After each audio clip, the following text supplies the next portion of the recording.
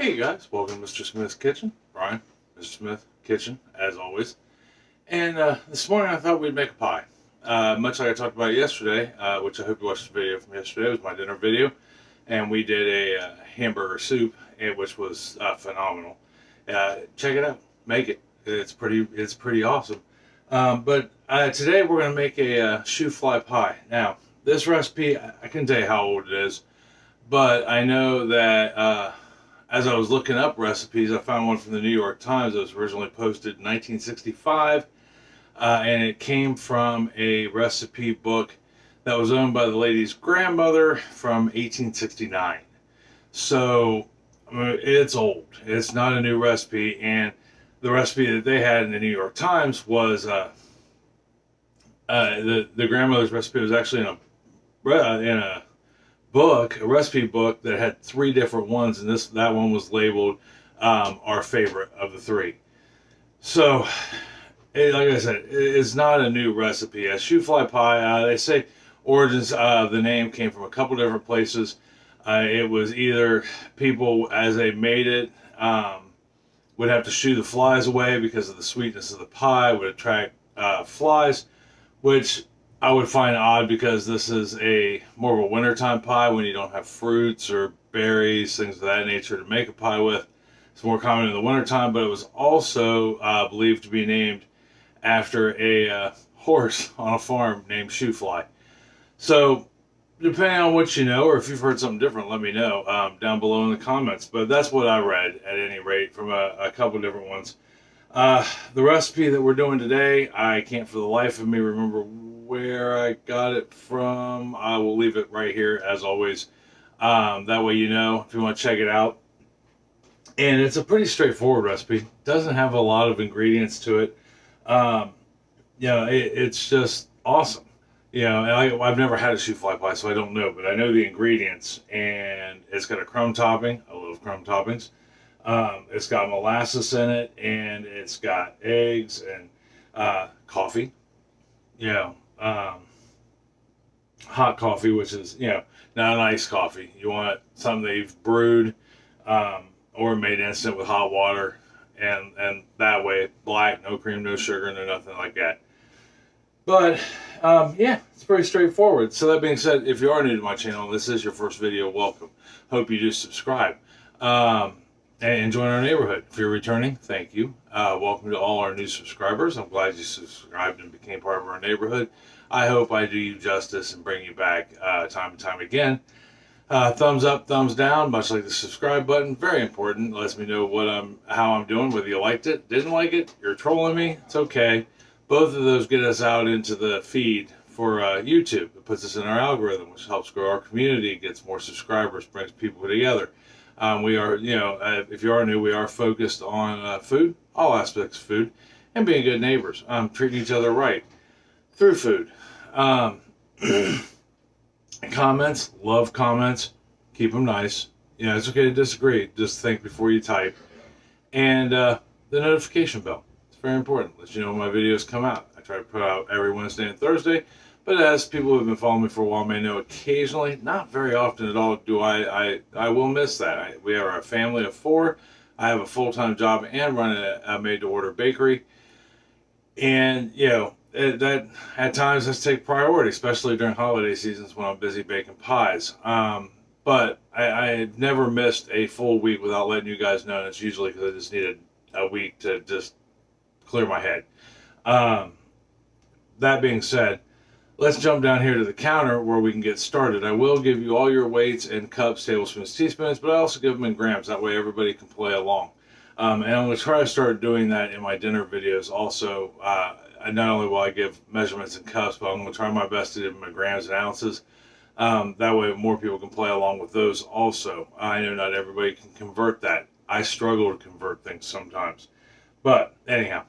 Countertop. Let's get started on this bad boy because it's really quick and easy. You don't need much, a whisk, a few bowls, and a cutter or a fork. But anyhow, down to the counter.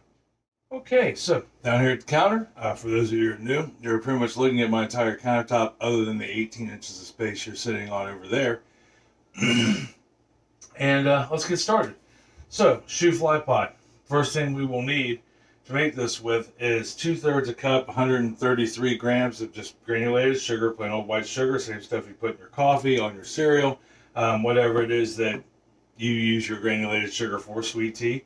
And to that, I'm going to add 1 1/4 cups, which would be 150 grams of all-purpose flour. It's just plain old white flour. You don't need baking bread flour or cake flour or anything like that. It's just regular flour. And I'm just going to take a fork and I'm going to combine those two. And I'm doing that. We want to, because we're about to add this to the butter. And in order to add it to the butter, we want it to be, mixed relatively well. You can use a whisk if you don't. Oh, in which I hope you'd have a whisk. Whisk is kind of a basic tool and not very expensive. I don't think my whisks cost more than a couple of dollars each, maybe. Yeah, they're not. You can buy a set of them, which is always handy. Now, I will recommend when it comes to whisks, you buy ones that are have a silicone coating on them, unless you have metal bowls. With ceramic bowls, if you use a metal whisk, it will scratch your bowls. All right, so we've got that mixed up. Next thing we're going to need is a medium-sized bowl. All right, and I do have metal bowls. I have a set. I actually picked these up at the thrift store. You wouldn't believe what you can find at the thrift store. I think I paid $2.50 for the entire set of 3. There's a small one, a medium one, and a large one. And inside that, I have 6 tablespoons, 84 grams of unsalted butter. And we're just going to put our flour sugar mixture on top of there, like such. And I have a cutter, so I'm going to use it. If you don't have a cutter, you can simply use your fork. Your butter is softened. It's not quite room temperature, but it's about, I guess if you want to get on the technical side of it, it's about 70 degrees. And but it's soft enough that we can mush it up. And all we're going to do is do what's called cutting our butter in, and we're going to make it into pea-sized pieces. I mean, you're shooting for pea-sized pieces. Doesn't mean you're going to get them, and it's okay if they're not all pea-sized pieces, or some are a little small, some are a little big. And you're not going to get this to become a crumb quite yet.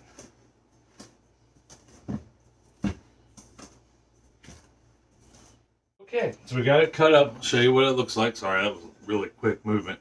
But see how it's not a crumble yet, and they're about pea-sized pieces. It's okay to have big ones and small ones, but you're shooting for around pea-sized pieces. So after we get that done, we're just going to set that aside for a second, and then we're going to grab another bowl. And for this one, you may want a large bowl. So I grabbed the largest, not huge bowl I have. You will find the more you bake and cook, the larger the collection of bowls you have. The biggest bowl I have is got to be close to like 12, 13 quarts. I mean, it's massive. It was given by a good friend, Kristen, who I've known since we were kids. She was cleaning out some of her extras and stuff like that, and she gave me that, and it has been a godsend. So anyhow, moving on. In this bowl, we're going to add our 2/3 a cup, or 135 milliliters of hot coffee. All right, well now it's probably closer to lukewarm because it's been sitting there for a minute. But we're going to add our coffee in there, and we are then going to put in some baking soda. We're going to put in 1 teaspoon, 4 grams of baking soda, and here's what we'll want our whisk, which mine looks like it's about due to be replaced. It's falling apart. And we're going to take that 1 teaspoon, 4 grams of baking soda, and we're going to pour it in the coffee, and we're going to whisk it, and you'll see it start to bubble and foam a little. That's okay, but we want to get it fully incorporated in there. That's a chemical reaction it's having with the coffee, and it's okay. The bubbles won't hurt anything, neither will be the foam. It's just simply starting to activate the baking soda. Baking soda is a leavener, in case you didn't know that. All right, we got that in there, nice and incorporated. And the next thing we are going to add to this is some molasses, which we are going to use 1/3 of a cup, or 95 milliliters of molasses. And let me grab my spatula here, and we're going to put that in real quick. And this is just, I'm using Grandma's molasses, which is a brand name, if you don't know. And it's a lighter molasses, but I'm using the original molasses.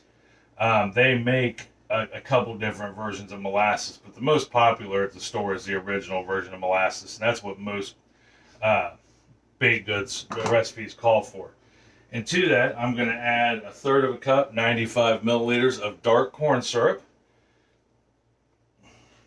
Like I said, this thing it's fairly sweet.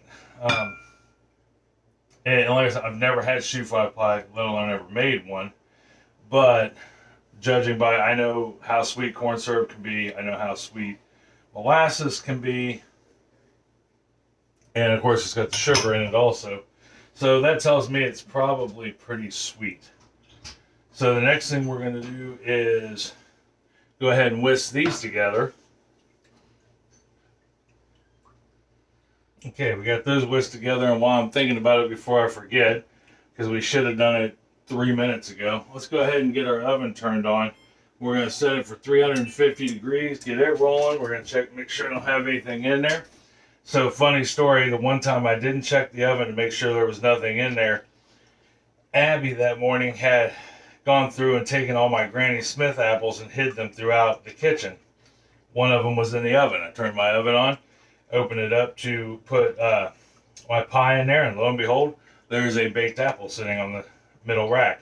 Now, speaking of racks, you want to make sure your rack is in the middle of the oven, per the instructions of this recipe. All right, got that stirred up. So the last thing we need to do now is take 1 large egg, and we're going to break it up real quick. Your large egg should be about 50 grams. Now, it is a natural product, so it may not always be exactly 50 grams. But the commercial egg companies do have a really good ability to keep those bad boys at 50 grams. I'm hoping this spring when we get chickens, by midsummer, we will be able to have our own eggs. And then I'll have to pay more attention. But we're going to whisk that up real quick and get that put in there. And we'll mix that in. Alright, got that in. And I mean, we're pretty much done. We got one more step to do before we put it in the pie crust. Now, for this, you will need a 9-inch pie crust and a 9-inch pie pan. But you don't want to use it. This recipe is not set up for a deep dish pie pan. So you want just like your normal standard regular pie pan or pie plate. So we're going to add about 1/3 of this flour mixture into our wet. All right. And even though, I mean, it doesn't say this in the recipe, it's about a heaping 3/4 cup. If you want to play along. The reason why we're doing that, I'm going to guess, is to help give it its stability.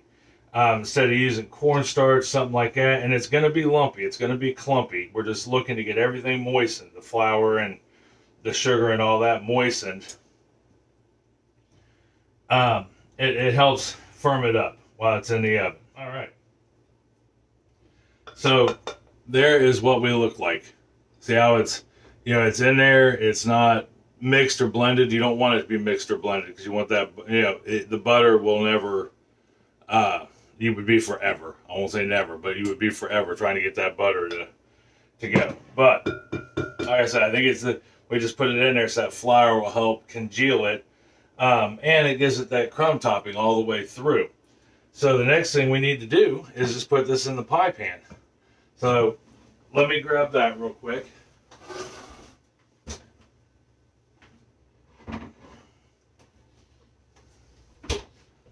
Now, I made my pie crust up earlier this morning, and I just crimped the edges with a fork. Is all I did. Now you can do the knuckles and do the really pretty, I can't remember what it's called, but the really pretty sides. But this is an old school rustic pie. I want an old school rustic pie look, and in my opinion, this gives it that rustic look. So all we're going to do now is take our filling and we're going to put it in our pie crust. If you don't make your own pie crust, that's okay. You can use store-bought. There's no rule that says you have to be able to make your own pie crust, although I would highly recommend that you learn. And pie crust in the beginning, you know, it can be tricky. It's something you have to learn. That, I mean, even though I can tell you it's not a lot of ingredients. It's literally flour, sugar, a little bit of salt, well, a little bit of sugar, a little bit of salt, and water, ice water. It's determining how much ice water you need for your dough, and how long to mix it for. You know, I use a food processor. You don't have to when making dough. You can just simply use the cutter or a fork or your hands and get in there and just mingle it all together. And the bigger the butter chunks you leave, the flakier the crust is. I do the same thing every time, and so that way I have a consistent dough. And it took me a while to learn it. You know, it wasn't like I did it the first time and it was like, oh, that's fabulous, it turned out perfect. No, it didn't turn out perfect at all. I've had it very dry, I've had it very moist, you know, too dry, too moist, all the same. All right, so now we need to put our topping on top of our gooey mess here. And you don't want to push it in. You want it to just float on the top. Just like such. Oven's almost warmed up, so we could be in good shape here.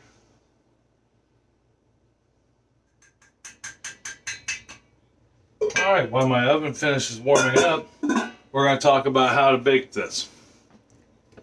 I'm at 200 and some degrees right now, so it shouldn't take long. But to bake this, we are going to need to move the camera up so you can actually see me and not just part of me. I feel weird talking to you with just this much of my face. But to bake this, like I said, preheated oven, 350 degrees. That should have been the first thing we did. But like I said a million times, I'm no professional, so things will go awry occasionally, or a lot. 350 degrees, 35 to 45 minutes. The things we're looking for is basically we want that center to be set. We don't want the center to be jiggly. So once that center is set, check it at 35 minutes. If that center is not moving, if you shake your rack a little bit and that center is not moving, take it out.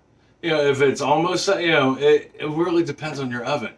Every oven is different. You could have the same make and model oven as me, built on the same day, right next to each other on the assembly line, and they'll cook differently. Some of that has to do with age. Some of that has to do with use. Like I use my oven all the time. Some people don't. So my oven's probably a little more warm than most. You know, the elements are probably worn out a little bit. The plumbing is, you know, electrical wiring, you know, getting a little old. So the thermostat may not be quite as accurate as it used to be.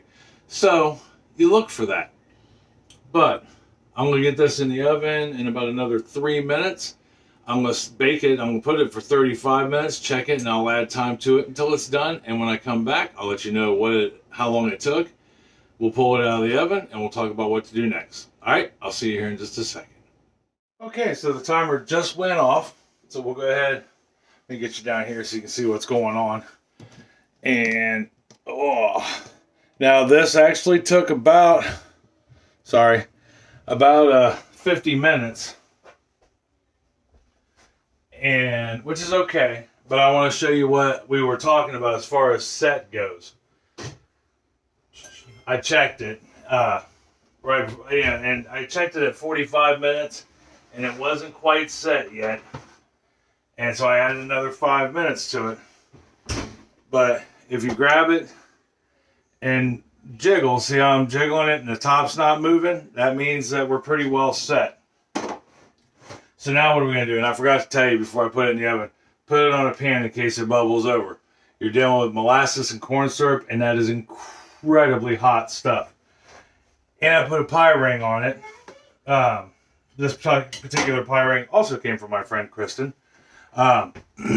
which is awesome. It actually, I own a pie ring, but this one is wider, so it doesn't matter. I have found 9-inch pie pans kind of come in all sizes. I don't even know they're supposed to be 9-inch. But this one actually covers the pans I use that I sell with also, which are a hair smaller than these. There is something I want you to see real quick. I don't know if you'll be able to see it or not, but I'm going to do my best. See how it came off the edge? Yeah, it's not along that edge anymore. The crust isn't. It isn't all the way out to here like it was. It shrank. So what caused that? And I want to talk about that for a second. There were a couple things that caused that. First was the molasses wasn't heavy enough to hold the edges up. So it collapsed a little, but mostly, and I noticed this when I was rolling the dough out this morning, the glutens were really excited. I actually should have probably let it rest a little after I rolled it out. But what happened was, as it cooked, those glutens that were excited came in a little bit, causing it to come off this lip. And then it started to come down on itself as far as it could until the molasses rose and the crisp topping popped up. Those two things right there will cause shrink. You get those glutens excited, they want to snap back. If you've ever tried to roll out pizza dough, or any kind of dough for that matter, and it comes back at you, that's why. The glutens are active, they're moving, you need them to settle down. That's why at any given time you just put your dough back in the fridge and let it relax. You know, the cold slows down the glutens. But that's okay. I did that and I knew it was going to happen, but I wanted to show you so that way you knew if that's what happens to your pie, this is why. Either your pie slid down a little bit, which in this case it may have, but I don't think that was a good majority of it because I had snapback on the dough when I was rolling it out, and that will cause that.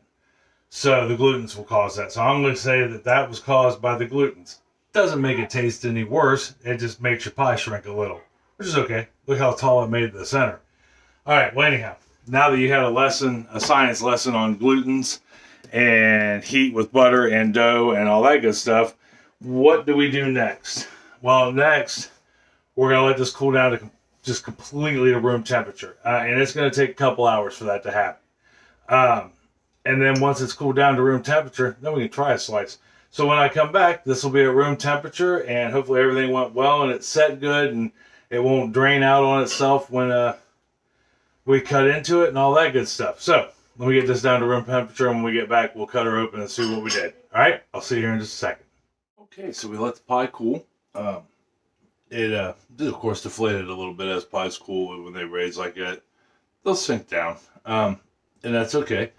But let's go down here and take a look at it. We'll get a piece cut and give her a shot.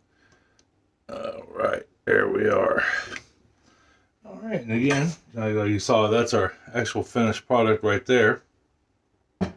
Now, something that does concern me before we cut this is sometimes when the center drops like that, that means it's not quite completely done. But I did follow the directions on the recipe, and that was, and it doesn't jiggle, and that was to bake it until it was set in the center. And when it's set in the center, that means it doesn't jiggle.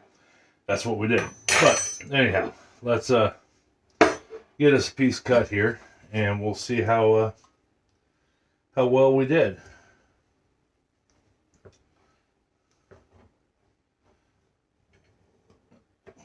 There.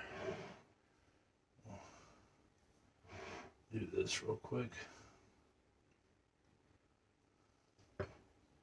No, I'm not going to eat that entire quarter. I know that's what you were thinking. We're going to eat a part of it. This particular pie recipe, according to it, has 8 servings. Oh, that was kind of cool. By the fact that I could just, that was pulling out as I was cutting it, that tells me that I could literally pull this whole pie out. Oh yeah, look at that. That's gorgeous. Ooh, that's gorgeous. All right. Oh, left a small piece of the pie crust down there. Let me grab that out. So I don't know about you, but I like crust. There is our piece of pie. It's like such. Looks fantastic. I'm going to say it definitely set. So, now all we have left to do is give this old school pie a try. I mean, it can't be too bad. It's been around for over 100 years.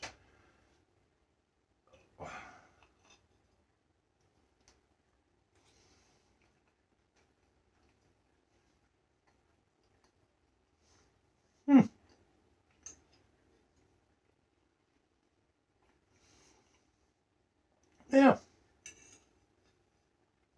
I like it.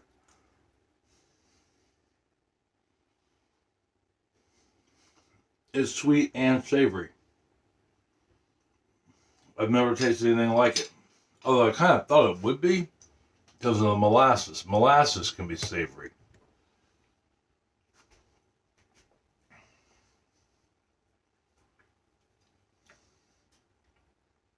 That's a good pie. I don't know if it's something I would eat every day. Like wake up every morning, like, oh, I need to have a piece of shoofly pie. But for just a handful of ingredients, it's good. Yeah.